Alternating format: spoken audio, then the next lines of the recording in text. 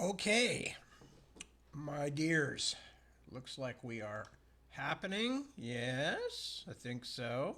Okay. So, good morning to all of you in the generally Europe kind of land of time zones. Yes, I'm aware that Europe is many different countries and even has a few different time zones. I am not like some Americans. Um, I'm actually aware that Europe is a continent rather than a country. All kinds of things that are super special about me. No, not really. Anyway, although it is rather abnormal for Americans to actually know much of anything about anything outside of America, but that's our problem, not yours. Well, it is yours, unfortunately, because it means that Americans don't know what they're doing most of the time. But we'll put that aside for a moment and we will get on with what we're doing, which is first off to say, I am Tad. I will be here till approximately 2 o'clock. And it is now a little after 1 o'clock my time in the morning, early Sunday morning. Valentine's Day is now in the rear view mirror. So, those of you who have been celebrating now can take a breath. You have done your romantic duty for the year. It's over now. It's done. You can go back to being a surly bastard just like you were before. I am doing okay. Had a rather laid back day today. Did a lot of head work, which doesn't mean I worked on my head because otherwise I'd have something better to show you than what is currently sitting atop my neck. But it means I've been working in my head, which is where I do most of my work. And especially at this stage of things, which is planning a book. And it's actually a rather interesting process. I've been paying particular attention to it this time as I'm doing it. And when I'm ready to talk about the book itself, I will tell you a little bit about how it all happened. But that's what I've been working on this week. Everything else going well. Deborah upstairs sleeping the sleep of the hardworking and the just.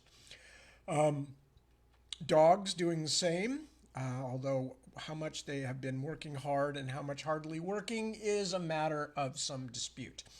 But they have finally packed it in for the night. They are all asleep. The cats are not. You will see them wandering around in the background because I just scattered a few cat treats around the room, and that keeps them busy for a little while. But then eventually they will settle too. So, not a whole lot to tell about what's going on the home front. Again, we're kind of in a trough. It's a bit like being in retail post Christmas. Everybody who's ever worked in retail and in sales knows that for most retail outlets of any kind, shops, grocery stores, not grocery stores so much, but department stores, etc., that the time between Christmas and spring is the slowest part of the year. And in a much better way, that is true of me also. And that is more because I sort of planned it this way so that I would have time to really spend a lot of time thinking about a new book and thinking about various other things I've been needing to take care of for a while, like 412 different medical appointments and stuff that I had put off since before I had gone off to Denmark and Germany. So I am now paying the toll of having put all those things off by having them all descend on me at the same time. But other than that, so far, so far, all the medical news has been good, and so nothing to report there, except for just modern life is absolutely maddening. And this is, of course, a huge subject of complaint for me and any sensible person, I think, at this point. It is no longer just cranky old people who are absolutely convinced that we are being hosed on many different levels in many different ways by modern capitalism. Just the fact that you can't do anything without an app is so incredibly frustrating because at the moment, because of the way my medical insurance works and the very confusing United States medical insurance situation, which is god awful and bad and is worse than anything I know of in certainly any of the other industrialized nations. Um, because of that, I have a doctor who works for one company. And because of the fact that the kind of company that they are, they do referrals, and especially because I'm on the other side of the hills from where that company is. So all of my referrals are on this side of the Santa Cruz Mountains. But as a result, because I'm going to 3 or 4 different places for imaging and blood tests and blah, blah, blah, and all the usual medical crap, I have to have apps for every single one of these damn things. And I'm already in a situation where my phone, I have like thrown half the apps off my phone anyway, months ago, because my phone, which I don't want to switch because it otherwise works just fine, and I don't want to spend $1,000 for a new one because my phone cannot handle how many apps I now have to have. So I've thrown out like half of them, including some I will probably need and curse myself later for having thrown out. But I had no choice. And I do not have room to add 4 new apps on from different medical establishments and set them all up and all that kind of crap. So that is merely one example. Of course, as with so many other things, everything is by subscription these days. So Deborah and I are like currently going through trying to find out how many things we're actually subscribed to, how many things we're paying for. We discovered that we're paying for one of the streaming TV channels twice in 2 different accounts. All kinds of stuff like that. It is absolutely maddening. It is, as it has been labeled, not by me. I wish I had made it up because it's a very telling and apt phrase, the enshittification of everything. And believe me, folks, I don't mean to be a Luddite.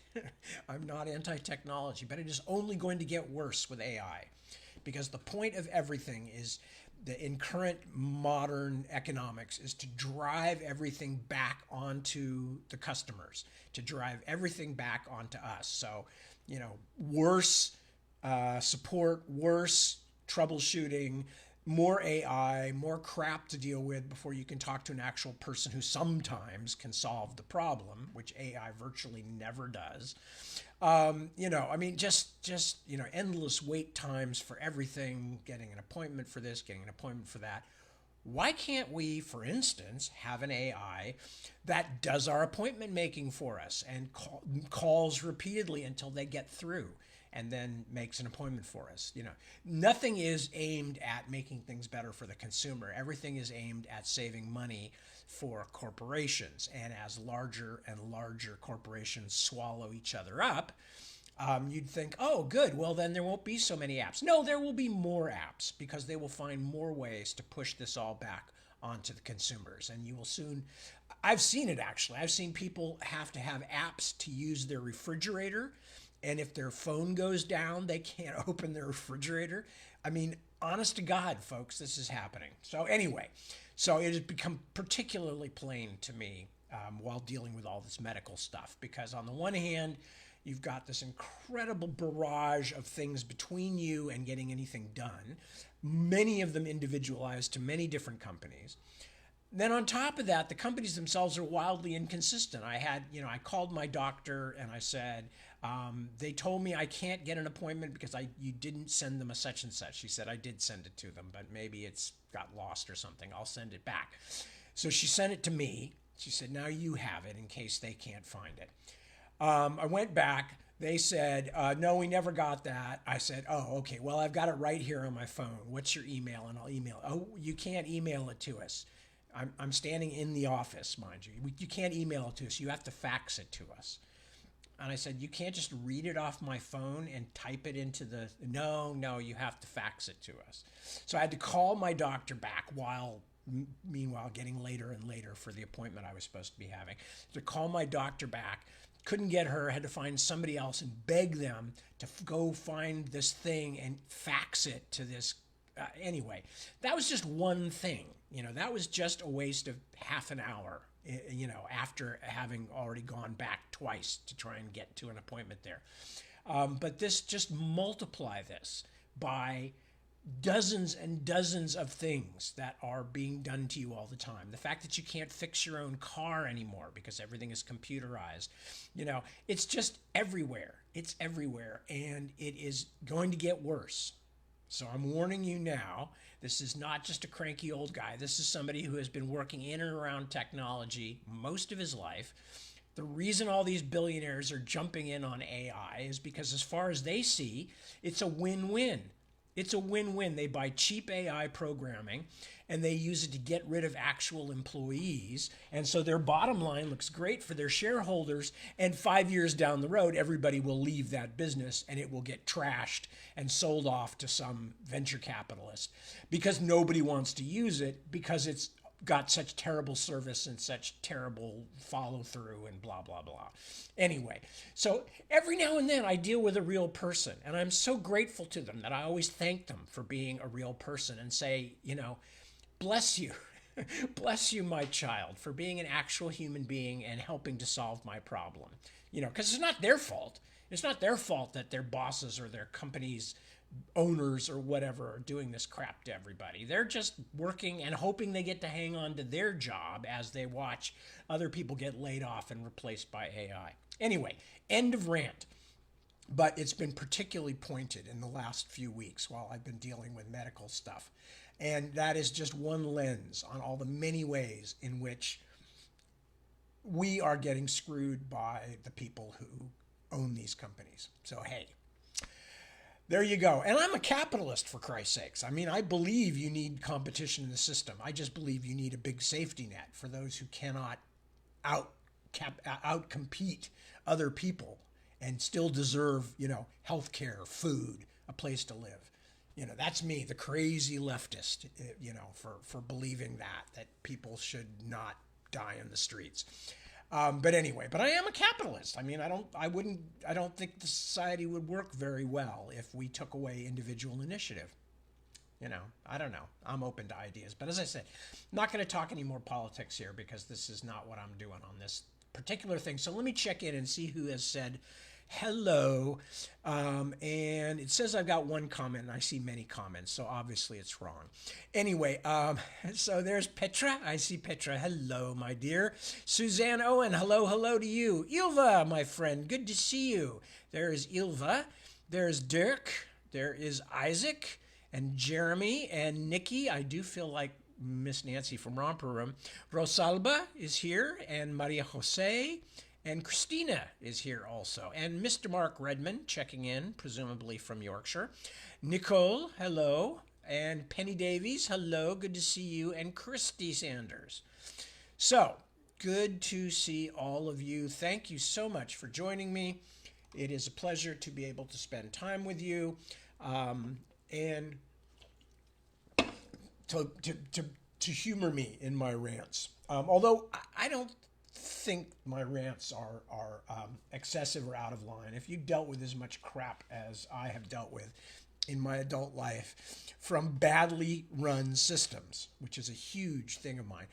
And when I was in England, I used to get in trouble all the time because I would go into immigration, which in England, in London, is in a place called Lunar House, which I just thought was perfect. Lunar House. And I would go in there and I would think, I'm if not educated, self-educated, I'm a self-educated native English speaker, and I am having trouble figuring out where I'm supposed to go and what I'm supposed to do. How is this system even working at all for people who don't speak English as their first language and don't have years of experience in bureaucratic double talk and things like that? Because I worked in the business world. I know this stuff. And I realized it's not set up for that. It's not set up. Most of these systems are not set up for the people who use them. And I remember getting into big arguments back in the Apple days. As a matter of fact, one quick story I will tell you, which illustrates this. And this is something I found out back in the 80s. If I haven't told this story already, if I have, I apologize. I'll make it quick. Back when I was working at Apple Computer in the late 1980s, they were doing their first laptop. Apple's first portable computer. It wasn't even really a laptop, but it was a portable computer. It had a little handle on it. You could carry it around with you. So when they first went, the engineers said, well, we've done all of this, but the thing weighs 17 pounds. It's really heavy. And worse than that, it's like, where do people want to use things like this? Well, one place obviously is on an airplane. But it collapses the tray tables on an airplane. And I swear to God, the response from the executives that were being told about this was, Well, it doesn't collapse the tray tables in first class. Well, there you go. It may collapse the tray tables for everybody else, but not up there in the billionaires club. Anyway, okay, so with no further ado, after having said hello to a few people, and if I remember, I'll go back and check who else shows up later and checks in. I am going to continue with the book because we were at an exciting part when I had to stop last week. And what I believe I remember was, yes, okay. So Bobby had just escaped from, had he just escaped? No, he took, no, that's right. He took Helena out to get some new phones because they needed some new burner phones. And they're on their way back, and Bobby had seen another something skittering around near the bottom of the car, and that was slightly alarming, but he didn't think too much about it. So they're driving back across downtown San Judas, heading back to the apartment, to Kaz's old apartment. And I'm just going to continue I'm going to go back a couple of sentences just to prime the pump, as it were. So, continuing now with Sleeping Late on Judgment Day. The sky to the west had been red when we were on the expressway, but the sun had just dropped behind the hills, and in front of us the horizon had cooled to such a dark blue it was nearly black. The street lights were on, but the sidewalks and buildings seemed largely deserted. "It is too dark," Helena said abruptly. "This part of town shuts down after 5, I said. Excuse me, I'm about to sneeze. Excuse me, cat dander. "It is too dark," Helena said abruptly. "This part of town shuts down after 5, I said. But the Amazon had twisted in her seat and was staring into the back of the car. "Bubby," she said, "something is on the window." I slowed down and looked over my shoulder to see what she was talking about. It took a moment before I realized that the back passenger window on her side had gone black, totally black, although I could see lights all around us through the other windows. The wheel of the car bumped up a curb, and I had to look at where I was going, just in time to avoid ramming a soap-scribbled showroom window. I got back onto the road, narrowly avoiding a fire hydrant. Something is coming through the window," she said, her voice shaky, "like black snakes." I looked back in time to see something squeezing through the top of the window, something dark and faintly shiny that had made itself almost as flat as paper to slide through the crack between window and door frame. An instant later, the questing tendrils became a streaming, rubbery sheet, ribboning into the back seat like someone was pumping in liquid latex. A tentacle of the dark, rubbery stuff whipped out and grabbed my neck. Another flopped over my eyes. Helena screamed in surprise and kept screaming. I probably would have too, except the blob around my neck was now blocking my mouth as well. Whatever had crawled into the car seemed to have no shape, no bones or limbs, but I felt something sharp biting at my arm. And I couldn't see. Did I mention that? Not good when you're driving. Still mostly blinded by the thing wrapped around my head, I jerked the wheel to the right and jammed my foot down against the accelerator. The Datsun leaped ahead and hit the curb again, this time so hard that I could hear the tire blow out. Then something like a giant fist rocked the entire car. The Datsun was way too old to have airbags, but the jelly-like substance that was currently smothering me kept me from going through the windshield. The collision with whatever we'd hit had stunned the rubbery thing just enough for me to get my arm up and yank the slippery tendril loose from my eyes. The windshield was spiderwebbed with cracks, but still intact. We had smashed into the side of a building. Chunks of plaster and brick were piled on the ruined hood. Helena was still screaming, but she was also struggling with the strands that had grabbed her. I still didn't have the slightest idea what we were fighting. It was ridiculously slick, shapeless, and definitely stronger than a human. That is, if it was just one thing. I grabbed at the tentacle, or pseudopod, or whatever the long, sticky thing was that had snared Helena, and pulled hard, trying to get her free. Meanwhile, the thing began exerting itself to drag me into the back seat, where the dark, shapeless bulk of it still lay. I was almost standing on the driver's seat now. It felt like fighting a giant octopus, something immensely strong and slick, but with no actual shape I could make out. Luckily, my struggle distracted its attention enough that Halina finally got the passenger door open and fell out onto the pavement. After a moment, she kicked her legs free and rolled a couple of yards away. "Run!" I yelled, just before the thing slapped another slithery arm over my face. But I didn't have time to see whether Halina had escaped, because now something was also trying to eat its way into my chest. Using my legs as well as my arms, I finally managed to wrench the pseudopod loose from my face. By this point, I was nearly upside down in the driver's seat. My unwanted passenger started to flow over me, and that didn't seem like a good or healthy thing. I yanked a hand free, reached down to the floor, and grabbed the first item I could find, the bag of phones, then used it to bash the nearest rubbery arm as hard as I could. It knocked the blob creature back a little, but didn't discourage it much. The problem was that I was stuck half under the steering wheel, with no room to maneuver. I pushed myself around and toward the passenger seat until I could finally draw my gun. I fired straight into the thing, silver slugs, 4 or 5, as fast as I could pull the trigger. The noise was ear-splitting in the enclosed space, but the shots did absolutely fuck all, making several holes in the jelly beast that quickly closed right up again, and some in the roof of my Datsun that didn't. I knew I had to get out of the car or I was dead. I didn't know what this boneless monstrosity would do to me. The word absorbed flitted briefly through my imagination, but I knew it wouldn't be good, so I dropped the gun and reached into the glove compartment, hoping to find something sharp to cut myself out of its grip.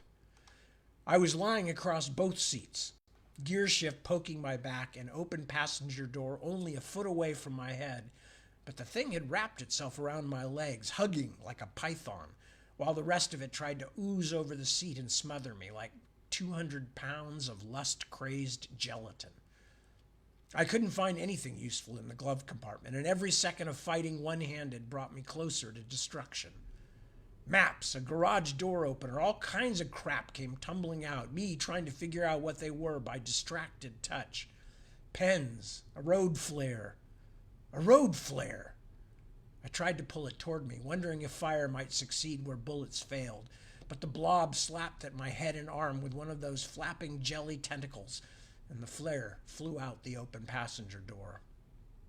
Now it was most of the way over the seat, its flabby bulk pressed against the dome light cover, and the only thing holding it away was my kicking legs. I reached out and found the bag of cell phones again. I started to beat the creature as hard as I could with it, over and over, but it was like punching the world's biggest, nastiest gummy bear. Then it finally got between the driver's seat and the ceiling and poured slowly down on top of me, the weight pushing my knees back against my chest. Then I saw the great blunt knob of the nearest jelly arm begin to change. It hardened, at least that's how it looked, like ice forming on a windshield. The dark, rubbery material turned paler, almost white, then split. The pale bits were getting longer, sharper, a mooray's eel mouthful of ragged fangs. "I'm so fucked," was all I could think, because this thing was growing teeth on the end of its arm. I had just half a second or so to prepare for getting my face bitten off when something incredibly bright white and red shoved in from the passenger door. The limb with the new teeth jerked away from the glare, pseudo-mouth gaping. It even hissed. I think it did anyway, although it might have been the flare that Halina was holding. The jelly monster retreated halfway into the back seat as the flare came near, flattening itself into a shape somewhere between a sunflower and a buzzsaw. I scrambled toward the passenger door. My automatic was lost somewhere under the seat, but I grabbed the bag of phones before I tumbled out onto the sidewalk, then kicked the door shut behind me. We had crashed the car into the side of a big white building that said Karkina's Auto Repair in block letters along the top, but I didn't think a mechanic was going to do us any good. The thing in the car was going crazy, thumping the windows until they were all cracked, making the small vehicle shake like a pudding in an earthquake. Helena did her best to help me up. Her face was covered with bloody scratches. I grabbed the flare out of her hand. Crash! A big purple-black arm knocked a hole in the back seat window. The thing was already starting to ooze out the opening when I tugged open the gas tank cover. Thank God this car was old enough that the cover didn't lock. I shoved the flare in, grabbed Helena by the arm, and ran. A white-yellow jet of flame jumped out of the gas tank. Then a second later, an immense whoomp of an explosion knocked us staggering. Pieces of metal and plastic began to rain down around us. When I turned, the Datsun was engulfed in flames, the new black paint bubbling, so that, for a moment, I could see bits of the old green paint beneath. Then, a second later, those bits turned black too. Inside the car, the jelly monster thrashed in the flames for long moments before sinking down out of sight. I had a second or two to breathe. Then a dark arm, flat as a ribbon, pushed its way out through the tiny space between door and door frame, like something shat out of the Devil's Own Play-Doh fun factory. Whoomph! Another explosion sent flames even higher, and the flattened, reaching arm straightened, and then began to shrivel. A bit of the end dropped off and fell on the pavement, where it lay, twitching. People were running toward us now from several directions, so I hurried forward and held the flare against the fallen piece of awfulness until it turned to greasy char. Fuck, I said. Fuck! My car! Your car is fuck, said Helena sadly. She wiped a sweaty ringlet of red hair out of her eyes. Her face was ghost pale. Totally fuck. Now how do we get home? I could hear sirens in the distance coming closer. The pyre of ashy black smoke had risen far above the building, and the flames reached almost as high. People could probably see my burning ride from every tall building in downtown Jude. Chapter 22. Fortune's Favorite. By the time I'd finished dealing with the police and we got a cab home, or at least close enough to walk home since cab companies keep records of where they drop you off, I was in about as shitty a mood as you'd expect. It wasn't the loss of my car so much. Well, yes, it was, because cars are expensive, and I was going to run out of money at this rate long before I'd planned, as the feeling that I'd dropped the ball. While Oksana rushed off to find first aid for Helena's scrapes and cuts and bruises, I sat down and examined my own injuries in good light for the first time. Nothing too severe, but a number of weird bite-shaped traumas on my arms and legs. Okay, I said. Can anybody tell me what that was? Helena and I had tried to discuss it while the police were there, but all she'd been able to whisper to me was that it was a bug, which made no sense unless they were raising bugs in nuclear reactors these days. Black sun gets them, said Oksana on her way past with a bottle of hydrogen peroxide. Bird bug. There is no such thing as a bird bug. Not bird, bear bug. Helena separated herself from Oksana's ministrations. That is the name. I have heard it. Bear bug. I stared at her for a long moment, then it clicked. Bugbear. Not bear bug, bugbear. I've heard of those too, but they're not easy to summon. Black sun is very bad, Helena said. We told you. They have things like this they can call. I groaned. Oh, great. So not only do I have an angry goddess after me, the Black Sun faction is now trying to kill me with vicious pudding monsters. But it did seem strange. I'd never seen one of the four-limbed nightmare children before or even heard of them. But I knew a little about bugbears, and they were no small potatoes in the monsters of ancient darkness category. How could a bunch of idiots like Baldur von Ridiculous and his merry band of racists call on something like that? And if they thought I had Eligor's horn stashed somewhere or just knew how to find it, why were they sending monsters to kill me instead of just following me? I set my gun down, then opened the bag of cell phones, which rattled ominously. But when I set them out on the table, I discovered to my immense joy that nothing worse had happened than the backs had popped off a couple of them. My coat, though, smelled like burnt oil and burnt bugbear, which was much worse.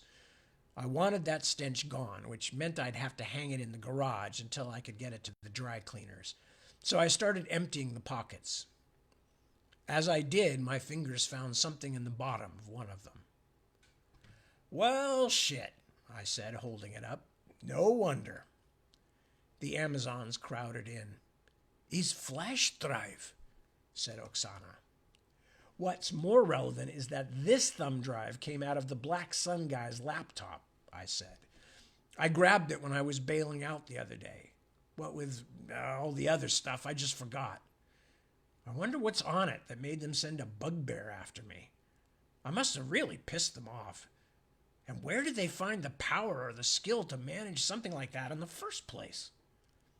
I stuck it into Kaz's computer, but the thing was encrypted up the yin-yang. We tried a bunch of predictable passwords, things like Sun and Rod, Aryan, Fatherland, but without luck. It occurred to me they might not be as stupid as people in the movies, and the password might be 4DKAH2%9JA3MV5 or something. I opened myself a beer and thought about it for a moment, then went outside and walked until I had some bars on my phone. "Clarence," I said when he picked up, "I need you again. I've got a thumb drive from that bunch of neo-Nazis I keep having problems with. It's related to the other thing. I need someone to get into it, but it's got all this encryption shit I can't deal with." He was silent for a long moment. "First of all, Bobby, I want you to start calling me Harrison. It's my Earth name, and as I keep telling you, I don't like being called Clarence." Okay, blackmailer. "I'm sorry, Harrison, but I need your help. Can you come over?" I could hear how pleased he was, and it made me want to put a wastebasket over his head and bang on it until he was less happy. "Thank you, Bobby. Now, as far as your thumb drives goes, I'm not really very good with that stuff." "Oh, shit, come on. You found that address 10 times faster than I could have." "That's different. That was just a record search. You want someone to break encryption." He paused. "You know, that's actually something Wendell used to do." "Wendell? As in your boyfriend?" "He's not really my boyfriend, Bobby. We're seeing each other, but we're not ready to make that kind of..." "Don't. Just don't. Tell me this.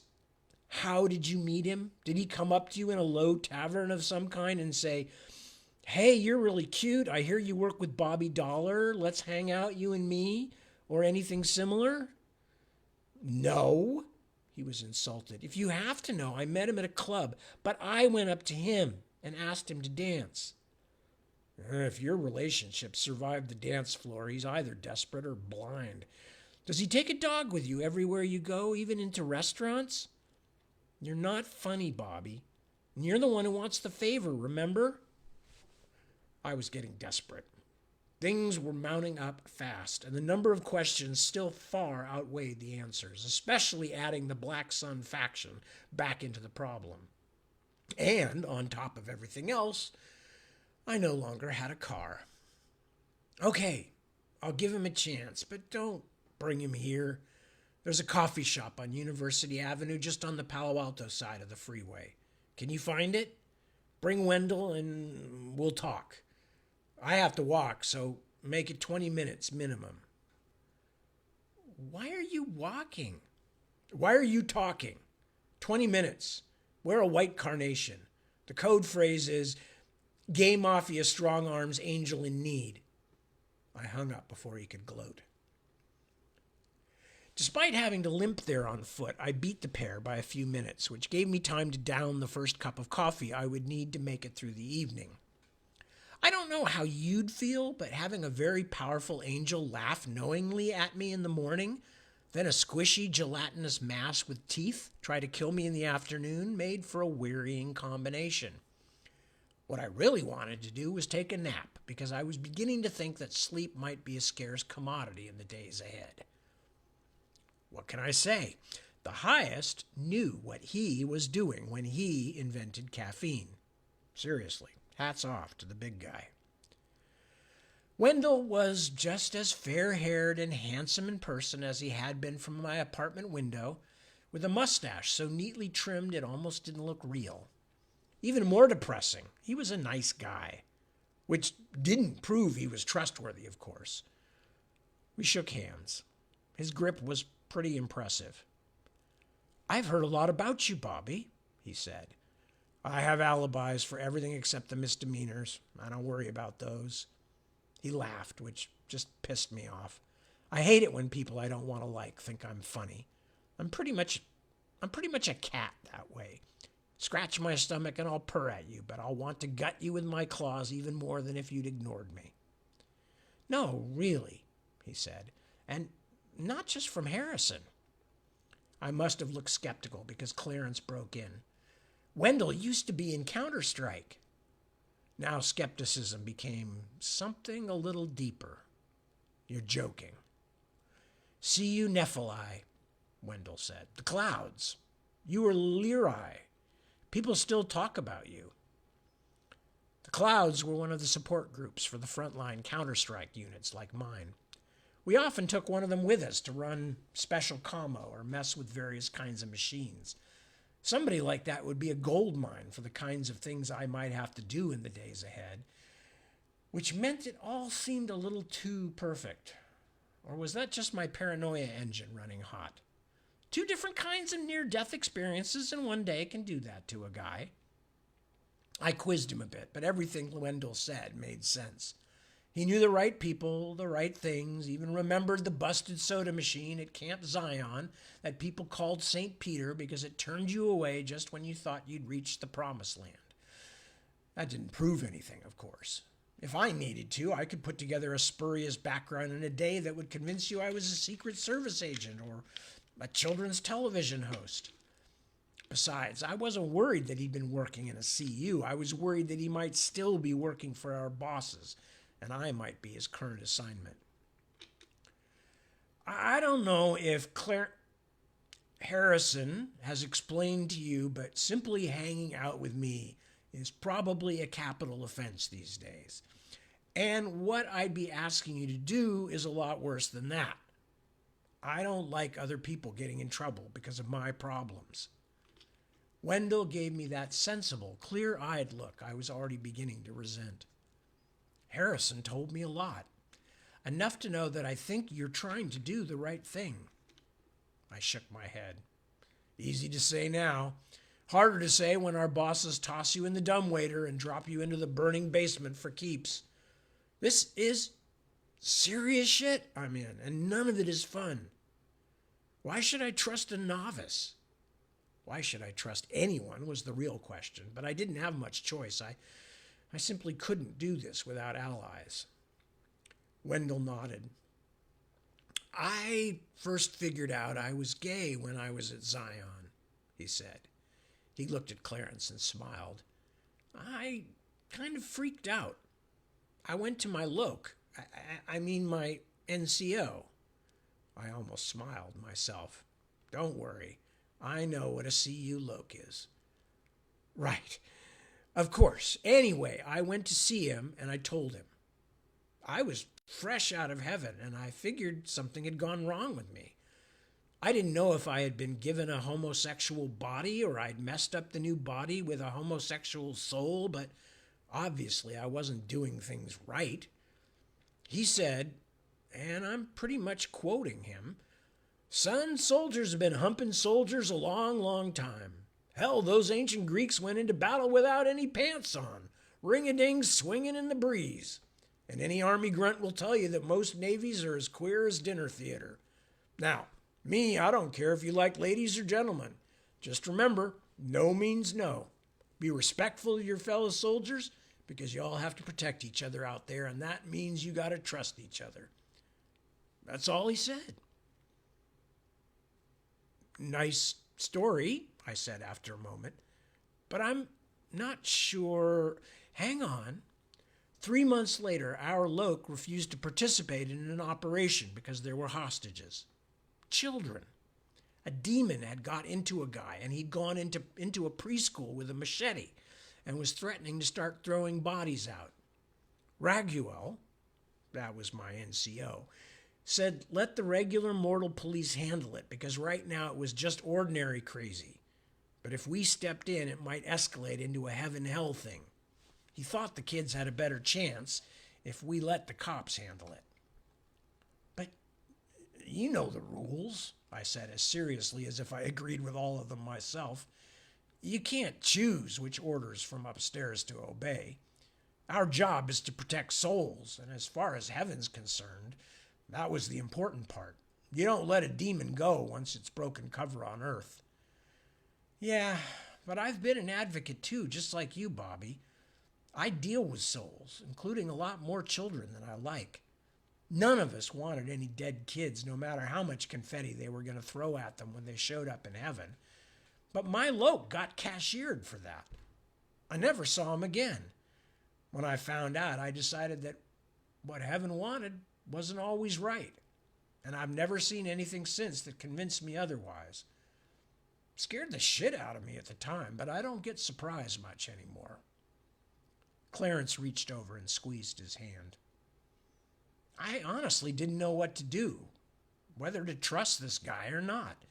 If Sam had answered the 2 or 3 messages I'd left him in an attempt to reconnect, I could have asked his opinion. Sam's advice is almost always good. Not that I follow it most of the time, but it's nice to know why I'm about to fuck up. Without him, I was on my own. Of course, I wasn't completely sure of Sam either. Did it really even matter whether Wendell was on the up and up? If our bosses wanted to bust me, they already had enough evidence to bag me, wrap me, and send me straight to Hades. And if Wendell was working for Anaita instead, well, that was different, but it might still be better to have him on the inside where I could keep an eye on him. This was assuming that if he was crooked, Clarence didn't know. But maybe Clarence was in on it too. I swear, this is the kind of stuff I think about all the time, because I have to. No wonder people say I don't play well with the other kids. Fortune favors the brave had become my official motto lately. I was hoping the full version was something like Fortune favors the brave, the stupid, and the hopeless, but at least entertaining, because brave isn't my best trick. But if I was going for broke, and that was pretty definitely what I was doing, there was no point holding back at the last moment.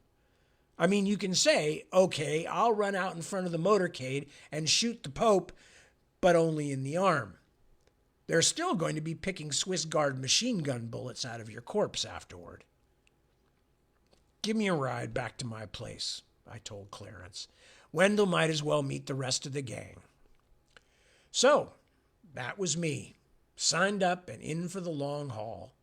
Sergeant Dollar and his howling LGBT commandos against heaven itself. After Clarence had shown Wendell around and they'd both had a chance to catch their breath about the decor, I let Wendell have Kaz's computer to see if he could crack the Black Sun's drive encryption. Meanwhile, I filled Clarence in on my last few hours. He was suitably agog. Anaita? He said it almost in a whisper. You're joking. You went to her house? Hey, I just brought my second crooked angel to our safe house, Junior. I live dangerously. Harrison, remember? And are you calling Wendell crooked? Hang on, are you calling me crooked? One way or another, babe, you two are now officially either cheating heaven or cheating me. Take your pick. Now, help me examine these pictures from Anaita's stately pleasure dome. It was slow going because we had to do it all on Oksana's phone. She'd taken a couple of hundred pictures, and although the first dozen or so seemed to be pieces of expensive furniture, and Oksana herself could only explain what she'd thought they were interesting, she'd thought they were interesting, we quickly got to Anaita's visitors' waiting room. Not the place I'd been, but something a bit more official in another part of the house. The room was large and tasteful, but the walls were covered in photos, and Oksana, bless her shuriken-loving little heart, had taken close-ups of almost all of them. Unfortunately, the photographs seemed, if not useless, at least not immediately helpful. Most of them were staged publicity shots from various dinners and awards ceremonies, or even less formal public situations, rich people's parties, and things like that. The number of faces I didn't recognize outnumbered those I did, despite the fact that Anaita, Donya, clearly knew a buttload of important and even famous people. She had a picture of herself with John Bon Jovi, for God's sake. I mean, isn't that about the weirdest thing you'd ever heard? A goddess turned angel, thousands of years old at the minimum, and she puts up a picture of herself with Bon Jovi? I supposed it was all part of her desire to create a human persona. Yes, I guess if you were a rich Iranian exile, you might well display pictures of yourself with rock stars and Ronald Reagan. What exactly are we looking for? Clarence asked after a while. I don't think she would keep the horn at her house, I explained. It just doesn't make sense. The one place everyone would look. But you said she had a private army of guards. She does, but think about it. Who's she hiding this from? Everybody. Clarence frowned. I mean, everybody in heaven?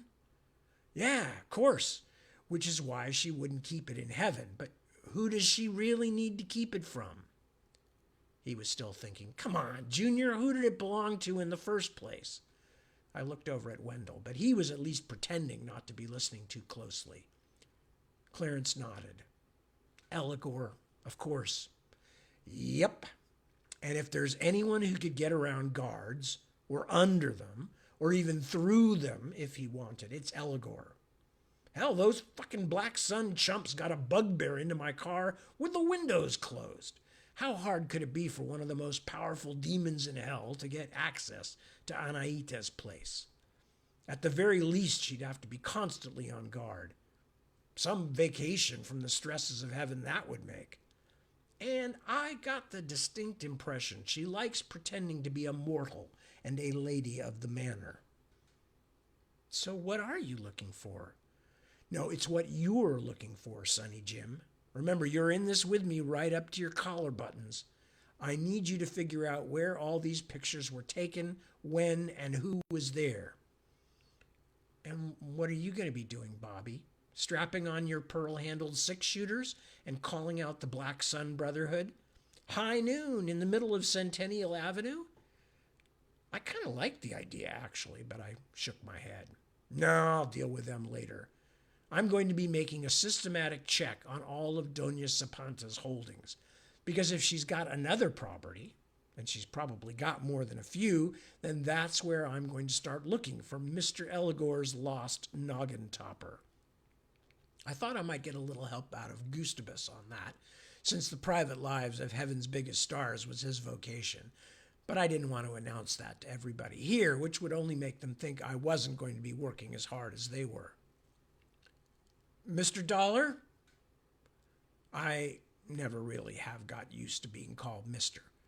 If I knew my father, I'd probably be one of those guys who says, no, Mr. Dollar's my dad. But of course I don't. Yeah, Wendell. I got it open. The neo-Nazi group's files. It wasn't that difficult, honestly. I mean, these guys aren't pros or anything. Hallelujah. I picked up my beer and went over, Clarence following. The Amazons were still looking through the pictures on Oksana's phone, oohing and eyeing over the security arrangements as much as the expensive furnishings. I actually unlocked the drive a few minutes ago. Wendell said. But right away I saw this video file labeled Die Beschwörung that had its own encryption, and I just got that open. I really think you want to see this. Why? Oh, please, it's not Uruk, the Aryan beast, doing the pants-off dance-off, is it? I wish, said Wendell. Even based on our short acquaintance, he seemed strangely grim. Just look. He clicked. The video started. It was a dark room. That was all I could see at first. I was prepared for it to be another cult murder, or maybe even the one that I'd already seen. But something else was going on. Oh, my sweet Lord, I said as I began to understand. These Black Sun people really are nuts. The Amazons and Clarence crowded in behind me to look over Wendell's shoulder. What do they do? Asked Helena. Well, I might be mistaken, I said as I watched the tiny, poorly lit figures setting out their implements and readying their books. But I'm pretty darn sure those crazy Nazi kids are trying to open a doorway to hell. The last thing they placed on the floor of the dark room. It looked like the same warehouse floor where Bald Thug had met his untimely, but probably richly deserved end. It was not much bigger than a corgi dog. It wasn't a dog, though. It was a human baby. We could hear its thin cries, the hoarse, hitching sobs of a child who'd been crying a long time. I cannot watch, said Helena, and turned away. I wish I'd done the same, but instead I watched it all. One of the robed figures lit a fire in a trash can lid. None of us made a comment now, except for sharp intakes of breath when the knife came out, and helpless noises of disgust and horror when one of the masked men slit the child's throat and drizzled the dying infant's blood into the flames.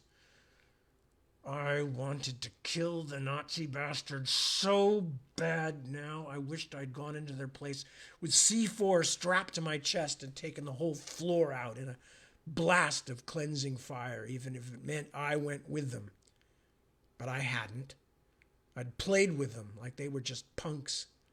I hadn't thought them worth my attention beyond that. My bad. So I kept watching their miserable, badly shot little video. It only got worse after that. Chapter 23. Shadow Swimming in Light. It was so bizarre watching it happen in that tiny little window on a laptop computer screen. It almost felt as if we were spying, as if this were happening right now and we were kids staring through a keyhole, trying to find out what grown-ups really do. It's horrible, said Oksana. The child had stopped moving and was tossed to one side like an empty bag. Who are these people? Wendell asked. Neo-fascist crazies, I said, but they clearly have bigger ambitions than just making the trains run on time. They've been spying on me for weeks. They think I know where Eligor's horn is hidden. Is this really the Eligor we're talking about? Wendell asked. Grand Duke of Hell? You know him? Clarence was surprised. I guess he thought only crazy angels like me dabbled in this kind of stuff. I know about him, just like any American GI used to know who Himmler or Goering were. He's one of the worst there is. Wendell looked at me. What do they want his horn for? No idea, I said. I suppose they could be working for Eligor, but I can't imagine him hiring a bunch of clowns like that. He's too smart. And do you have this horn of his or know where it is? Wendell watched me, daring me to explain what an angel might be doing with such a thing. No, but I want it for reasons of my own. Good reasons, I told him, stung by his doubtful look. Clarence leaned over to Wendell and said in a loud theatrical whisper, Girl problems. It's nowhere near that simple, damn it. But I promise you that it's connected to everything else going on here. That my reasons are honorable, and I want these murdering fascist fucks not to have it almost as much as I want to have it myself." "What happening now?" asked Oksana, who had barely been listening to us. "It's all dark." I turned back to the laptop. The little rectangular window had indeed gone black, as though Uruk's little snuff film had ended. But it only stayed that way for a moment. Then something began to grow in the darkness. At first it was only a bloom of yellow light pulsing slowly on the floor around the smoky fire. Blood smoke, I reminded myself, blood of an innocent. But then it began to rise, more like fog than light, and as it gradually grew into a column of shifting, sickly yellow, I could see that something crouched at the center of it, where the fire had been. That something was barely touched by the surrounding glow, its shape distorted and wavering as if this were being filmed beneath the ocean or on another planet where the pressure was 1,000 times greater than here. The light rose in a circular yellow smear until it became a single unbroken column, a pillar of poisonous-looking vapors. The thing that crouched inside the light was huge and blanketed in shadow. I could see no obvious shape to it except that at the top of the mound of darkness 2 narrow slits blinked, gleamed. Eyes. Then the mouth sagged open. "Who summons me?" it said in a voice like a cement mixer full of stones and offal. I knew that voice. Halina had come back, drawn by our shocked faces as much as by the terrible rumbling voice. "So it's you, you fat bastard," I said. Baldur von R. now came back into the frame, kneeling beside the column of light, dwarfed by the thing he had conjured. "Sitri, great prince, you who are called Bitru, master of secrets, we summon thee, we bind thee. While you remain in our circle, you will do no man harm." "Excuse me while I swear," I said to Wendell and Clarence. "Fuck me sideways. I can't believe even the Black Sun are stupid enough to make deals with Sitri. He's as bad as they get."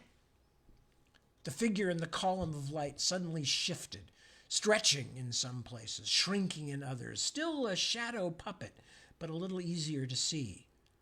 It had the shape of a man now, but with great hawk-like wings and the face of some kind of cat. "And what do you wish of me?" The deep voice sounded amused. "Your help to throw down the mongrels and the unbelievers. Your help to bring an age of purity back to the earth, an age of power for those who truly deserve it." I could hear the hitch in von Reinmann's voice. He was terrified by his own success. I might have hated his slimy guts, but I didn't blame him for being shocked. Performing a demonic invocation and having Sitri show up is like setting a mousetrap and finding you've caught a grizzly bear. "And in return, you will perform a certain task for me?" The voice stayed the same, but the silhouette in the oceanic currents of light and wavering shadow stretched into something else. A tree with human fingers, but still with eyes of fire. Before von Reinmann could respond, it shifted again, becoming the shadow of a crude, crooked chair. The neo-Nazi leader was mesmerized by the changing shapes. "Of course, master," he quavered. "Of course, great Sitri, we will do anything you ask. You honor us with your trust." Sitri became a pillar of standing stone. "I honor you with my restraint," the grating voice said. "One word from me and your souls would be strung like ribbons on the doors to outer darkness. Remember that." This time the shift was more convulsive, and when it ended, the shadow was swimming in the pillar of light, a thing of tentacles and beaks and trailing strands, part squid, part jellyfish. You will find that which I desire, and you will bring it to me. To aid you in this, I will give you power over 3 servants, the nightmare children, the boneless ones, and most fearful of all. The shape stopped speaking. For a long moment, nothing moved in the yellow light except a few strands tugged by some impossible current.